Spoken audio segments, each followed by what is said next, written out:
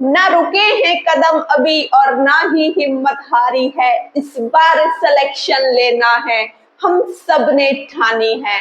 जय हिंद प्यारे साथियों, कैसे हैं आप सभी लोग। आशा करती हूँ अच्छे होंगे। मिशन वर्दी चैनल पर आप सभी लोगों का हार्दिक स्वागत है। साथियों, जैसा कि मैं आपको बता दूं, कल की क्लास में मैं आप सभी लोगों को नागरिकता पढ़ा रही थी, है ना। नागरिकता पढ़ा रही थी, उसमें से ये वाला जो टॉपिक है, ये वाला जो पोर्शन है, ये रह गया था। तो आज मैं इसको पूरा कंप्लीट कराने की कोशिश करूंगी, ठीक है। आई होप कि आप सभी लोग अच्छी तरीके से इन चीजों को पढ़ रहे होंगे और चीजों को समझने की कोशिश कर रहे होंगे और हर एक चीज को याद कर रहे होंगे, ठीक है। तो देख लीजिए, नागरिकता पढ़ेंगे। नागरिकता संशोधन अधिनियम कल मैं आपको करा चुकी थी। कितने संशोधन हुए थे, किस वर्ष कौन सा संशोधन हुआ था। तो ये वाला जो संशोधन है, नागरिकता संशोधन अधिनियम 1955, दिस इज मोस्ट इम्पॉर्टेंट। ये बहुत ज्यादा इम्पोर्टेंट है, ठीक है। इसमें दो कंडीशन आती है। नागरिकता प्राप्ति के आधार कितने हैं, हम नागरिकता कितने आधारों से प्राप्त कर सकते हैं, और दूसरी कंडीशन ये आती है कि नागरिकता को समाप्त हम कितने आधारों से कर सकते हैं। भाई, किसी भी इंसान को अगर भारत की नागरिकता लेनी है तो नागरिकता के लिए उसको कुछ ना कुछ तो अपनाना पड़ेगा। ऐसे ही अगर वो विदेशों में जाता है तो भारत की नागरिकता उसको त्यागनी होगी, अगर विदेश की नागरिकता ले रहा है तो इसी कंडीशन में कुछ पॉइंट्सों के आधार पर हम आज चीजों को क्लियर करने की कोशिश करेंगे। तो देख लीजिए, नागरिकता प्राप्ति 5 आधारों से है।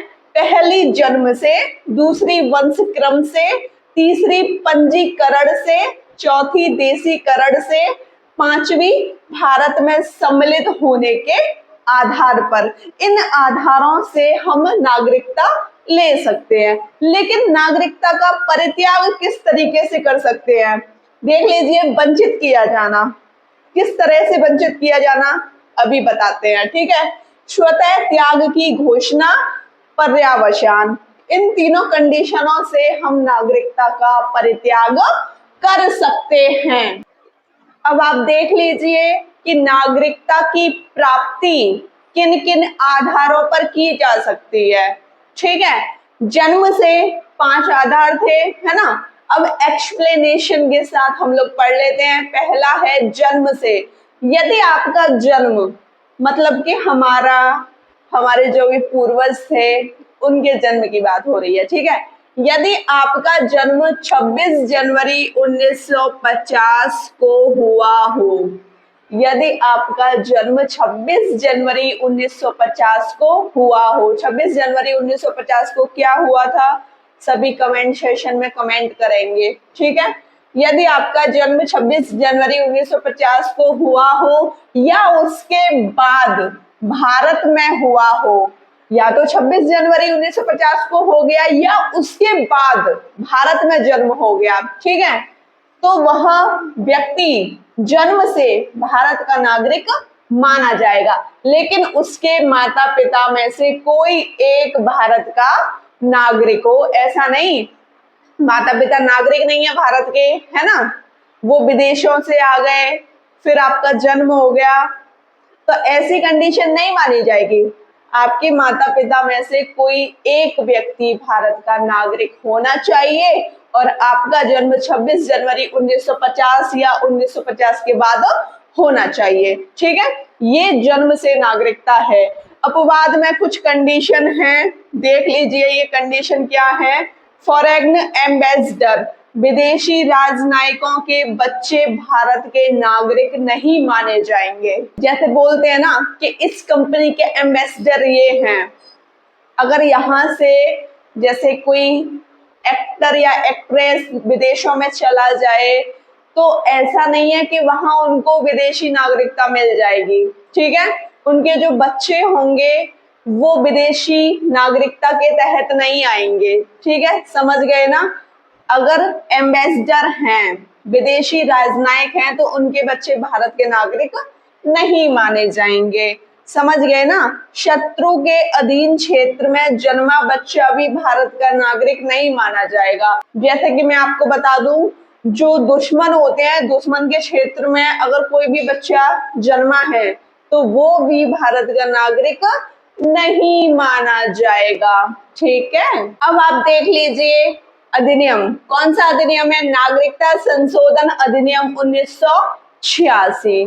ठीक है, तो ये अधिनियम कहता क्या है आपसे? ये कहता है कि जन्म से नागरिकता के लिए उसके माता पिता में से कोई भारतीय नागरिक हो। ठीक है, जो जन्म से नागरिकता दी जाती है उसके लिए आपके माता पिता में से कोई एक भारत का नागरिक हो तो आपको जन्म से नागरिकता मिल जाएगी। कंडीशन क्या है? कि जन्म उसका 26 जनवरी 1950 या उसके बाद हुआ हो। ठीक है, ये आपका नागरिकता संशोधन अधिनियम 1986 कहता है। अब आप देख लीजिए, पहला हमने पढ़ लिया जन्म से नागरिकता, अब हम पढ़ेंगे दूसरा वंश क्रम के आधार पर नागरिकता। यहाँ भी कहीं कहीं आपको यही कंडीशन देखने को मिल जाएगी, 26 जनवरी 1950 या उसके बाद भारत से बाहर जन्मा व्यक्ति। ठीक है, वहां तो जन्म से जो व्यक्ति जन्म रहा था वो भारत के अंदर था, लेकिन वंशाक्रम की जो बात आ गई, अब यहाँ पर भारत से बाहर व्यक्ति आ गया। ठीक है, 26 जनवरी 1950 या उसके बाद भारत से बाहर जन्मा व्यक्ति, लेकिन उसके माता पिता में से कोई एक व्यक्ति भारत का नागरिक हो। ठीक है, उस व्यक्ति का जन्म कहाँ हो गया? उसका विदेशों में जन्म हो गया, लेकिन उसके माता पिता में से कोई एक व्यक्ति है जो कि भारत का नागरिक है। अब वो जो व्यक्ति है जिसका जन्म हुआ है तो उसको भारत की नागरिकता कैसे मिलेगी? ये थोड़ा इम्पोर्टेंट है, इस वजह से मैंने इसके नीचे अंडरलाइन की हुई है। उस व्यक्ति की नागरिकता देख लीजिए, वह उसके जन्म के 1 साल के भीतर भारतीय दूतावास में जाकर रजिस्ट्रेशन करा लें। उनकी माता पिता से बोला जा रहा है कि जो भी व्यक्ति है, जो भी बच्चा है, भाई व्यक्ति नहीं सॉरी बच्चा, 1 साल के भीतर की बोल दी है ना, कि 1 साल के अंदर अंदर भारतीय दूतावास में जाएं और तुरंत रजिस्ट्रेशन करा लें। ठीक है, समझ गए ना। और ये वाला जो प्रावधान है, उसके जन्म के 1 साल के भीतर भारतीय दूतावास में जाकर रजिस्ट्रेशन करा लें, ये प्रावधान 2004 में जोड़ा गया। ठीक है, ये पूरा सेशन इतना लॉन्ग क्यों कराया जा रहा है आपने सोचा? क्योंकि दिल्ली पुलिस में क्वेश्चन थोड़े लेंथी बनते हैं। ठीक है, यूपी पुलिस के लिए तो आपने कल की क्लास की नागरिकता वो पढ़ लिया, लेकिन दिल्ली पुलिस के लिए थोड़ा एक्स्ट्रा भी तो पढ़ना पड़ेगा। ठीक है, समझ गए। जैसा कि अभी मैंने आपको वंश क्रम के आधार पर नागरिकता के बारे में बता दिया, वंश क्रम के आधार पर एक नागरिकता संशोधन अधिनियम है, उसको भी आप थोड़ा देख लीजिए। नागरिकता संशोधन अधिनियम 1992 क्या कहता है? क्या कहता है ये देख लो। माता की नागरिकता के आधार पर विदेश में जन्मे बच्चे को भारत की नागरिकता दे दी जाएगी, ये प्रावधान है। ठीक है, समझ गए ना। अगर पिताजी, अब पिताजी की बात आती है कि अगर पिताजी के पास नागरिकता है, पिताजी भारत के ना होकर विदेश के हैं, तो क्या नागरिकता मिल जाएगी? नागरिकता तब मिलेगी जब माताजी भारत की नागरिक होंगी तो बच्चे को भारत की नागरिकता मिल जाएगी। और पिताजी वाला जो प्रावधान है वो तो हम पढ़ ही चुके हैं। 1 वर्ष के अंदर भारत में अगर नागरिकता दिलानी है तो बच्चे का रजिस्ट्रेशन कराना होगा। ठीक है, समझ गए ना। अब हम पढ़ेंगे तीसरा, पंजीकरण के आधार पर नागरिकता। पंजीकरण को बोलते हैं रजिस्ट्रेशन। क्या बोलते हैं? रजिस्ट्रेशन। पंजीकरण को बोलते हैं रजिस्ट्रेशन। तो देख लीजिए इसके लिए क्या क्या शर्तें हैं कि हम भारत में नागरिकता ले सकते हैं। पहली शर्त, कोई भी व्यक्ति भारतीय मूल का हो। ठीक है, कोई भी व्यक्ति है जो भारतीय मूल का है तो वो रजिस्ट्रेशन कराकर नागरिकता ले सकता है।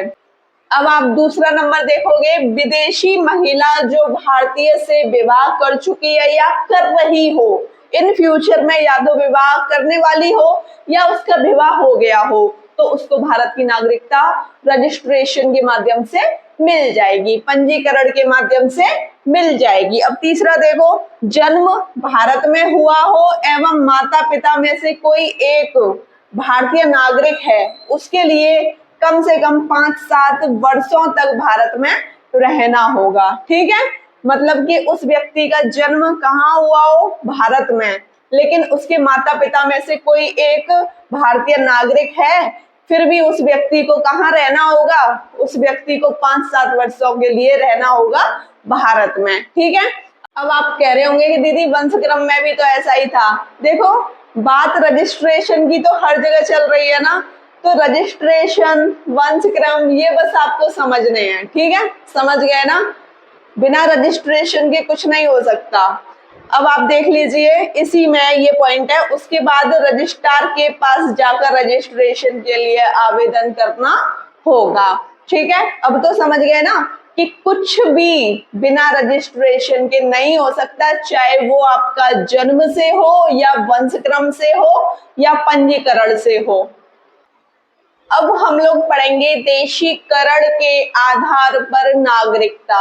ठीक है, तो देख लीजिए इसके लिए क्या क्या शर्तें दी गई हैं। पहली शर्त है, विदेशी नागरिक अपने देश की नागरिकता का त्याग कर चुका हो। जैसे अमेरिका का कोई व्यक्ति भारत में आता है तो उसने अमेरिका की नागरिकता को छोड़ दिया हो, त्याग कर दिया हो, तो उसको भारत की नागरिकता दे दी जाएगी, लेकिन कुछ कंडीशन होंगी, उनके आधार पर दी जाएगी। ऐसा नहीं कि उधर की नागरिकता त्याग आया और यहाँ पे नागरिकता मिल गई।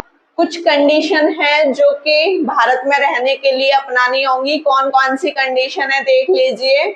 वह किसी ऐसे देश का नागरिक ना हो जहां भारतीयों को देशीकरण के आधार पर नागरिकता न मिलती हो। ठीक है, क्योंकि अपना भारत तो देशीकरण के आधार पर नागरिकता चलो दे रहा है, लेकिन ऐसे किसी भी देश का नागरिक ना हो कि भारत में अगर कोई भी व्यक्ति यहाँ से परित्याग करके जाए नागरिकता का और उधर से देशीकरण के आधार पर भारत के नागरिक को देशीकरण के आधार पर नागरिकता न दी जाए। ऐसे ही बोल दिया गया है कि वह किसी ऐसे देश का नागरिक ना हो जो कि भारतीयों को देशीकरण के आधार पर नागरिकता न दे। ठीक है, समझ गए ना, ऐसे देश का नागरिक हो जो भारतीयों को भी देशीकरण के आधार पर नागरिकता दे दे, भाई तो हम राजी हैं, हम दे देंगे आपको नागरिकता। ठीक है, समझ गए ना। पूर्ण आयु हो, उसकी पूरी आयु हो, है ना, 18 वर्ष या उसके ऊपर, योग्यता वाला व्यक्ति हो, क्षमता वाला व्यक्ति हो। ठीक है, समझ गए ना। संविधान की 8वीं अनुसूची में वर्णित किसी भी एक भाषा का ज्ञाता हो। जैसे कि भाषाएं कितनी हैं, 22 भाषा हैं, जितनी भी 22 भाषा हैं उनमें से कोई एक भाषा उसको आनी चाहिए।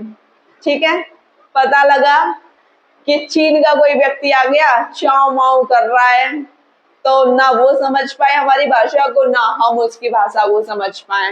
ठीक है, समझ गए ना। संविधान की 8वीं अनुसूची में वर्णित किसी भी एक भाषा का ज्ञाता हो तो हम दे देंगे उसको नागरिकता। ठीक है, भारतीय संविधान के प्रति पूर्ण निष्ठा रखता हो। ऐसा नहीं है कि भारत में आ जाए, संविधान का पालन ना करे, संविधान की बेइज्जती करे, तो ऐसा व्यक्ति नहीं चाहिए, उसको नागरिकता हम नहीं देंगे। ठीक है, अभी इसमें कुछ कंडीशन और है जो कि आपको पढ़नी है। जैसा कि हम आपसे बोले थे कि अभी आपको देशीकरण के आधार पर कुछ पॉइंट्स देखने हैं, तो उनको देख लीजिए। भारतीय नागरिकता के आवेदन के लिए कम से कम 1 वर्ष भारत में रह रहा हो, मतलब रजिस्ट्रेशन के लिए 1 वर्ष तक परेशान हो, है ना, समझ गए ना। अब ये मत समझना कि ये सब कुछ कंडीशन होंगी देशीकरण के लिए सिर्फ 1 वर्ष है क्या, नहीं, देशीकरण के लिए 1 वर्ष नहीं है, कुल मिलाकर 11 वर्षों तक भारत में रहा हो। अब इसको समझ लीजिए, वो 11 वर्षों तक भारत में रहा हो, भारतीय नागरिकता के आवेदन के लिए 1 वर्ष से भारत में रह रहा हो। ठीक है, ये कंडीशन आपकी देशीकरण के आधार पर है। ठीक, अब आपका 5वां पॉइंट है, लास्ट पॉइंट है, नागरिकता जब हम ग्रहण करते हैं तो उसका हमारा 5वां पॉइंट क्या कहता है, तो देख लीजिए, भूमि अर्जन द्वारा, या हम इसको बोल सकते हैं किसी भी राज्य क्षेत्र को अर्जित किए जाने पर नागरिकता। मतलब इसका मतलब ये है कि अगर कोई भी आपका स्टेट है, भारत उसको वो दूसरे देश का है, ठीक है, भारत उसको अपने देश में लेना चाहता है, तो उन देश वालों को भारत की नागरिकता खुद पे खुद मिल जाएगी। एग्जाम्पल के तौर पे 36वां संविधान संशोधन याद आया, 1975 के तहत सिक्किम को भारत में शामिल किया गया था, तो सिक्किम के निवासियों को खुद ही भारत की नागरिकता मिल गई थी। ठीक है, समझ गए ना, ये देशी रियासत थी पहले सिक्किम। अब देख लीजिए, नागरिकता का अंत किस किस प्रकार से किया जा सकता है। पहला है आपका परित्याग करने पर, जैसे मैं दूसरे देश की नागरिकता ले लेती हूँ तो खुद पे खुद ये नागरिकता खत्म हो जाएगी। ठीक है, परित्याग करने पर होता है खुद मैंने त्याग दिया नागरिकता को। पर्यावसान होता है दूसरे देश की, अगर मैं जैसे मैंने अमेरिका की नागरिकता ले ली तो भारत की नागरिकता मेरी खुद पे खुद खत्म हो जाएगी। ठीक है, वंचित किया जाना मतलब छीनने पर, कोई ऐसा काम कर दिया कि भाई जैसे कि दुश्मन बन गए, शत्रु बन गए, भारत को ही तबाह करने की कोशिश की जा रही है, तो उस बंदे से, उस व्यक्ति से भारत की नागरिकता को छीन लिया जाएगा। ये कुछ नोट पॉइंट्स हैं, इनको आप देख लीजिए। नोट पॉइंट 1 कह रहा है, नागरिकता संशोधन अधिनियम 1955 में कितनी बार संशोधन हो चुका है, तो आप बोलोगे 6 बार। ठीक है, दूसरा पॉइंट है, नागरिकता संबंधी प्रावधान कब से लागू हुआ, कब से लाया गया, 26 नवंबर 1949 से। तीसरा देख लीजिए, सितंबर 2000 में MM सिंघवी की सिफारिश पर 9 जनवरी 2003 से प्रत्येक वर्ष प्रवासी भारतीय दिवस मनाया जा रहा है। प्रवासी भारतीय दिवस कब मनाते हैं? 9 जनवरी को मनाते हैं। ठीक है, आज की क्लास में नागरिकता टॉपिक आपका पूरा फिनिश हो गया है। कल से हम लोग पढ़ेंगे मौलिक अधिकार। आपको आज की क्लास कैसी लगी मुझे कमेंट सेक्शन में अवश्य बताइएगा। वीडियो अच्छी लगी हो तो चैनल को सब्सक्राइब कीजिएगा, लाइक कीजिएगा, शेयर कीजिएगा। जय हिंद साथियों।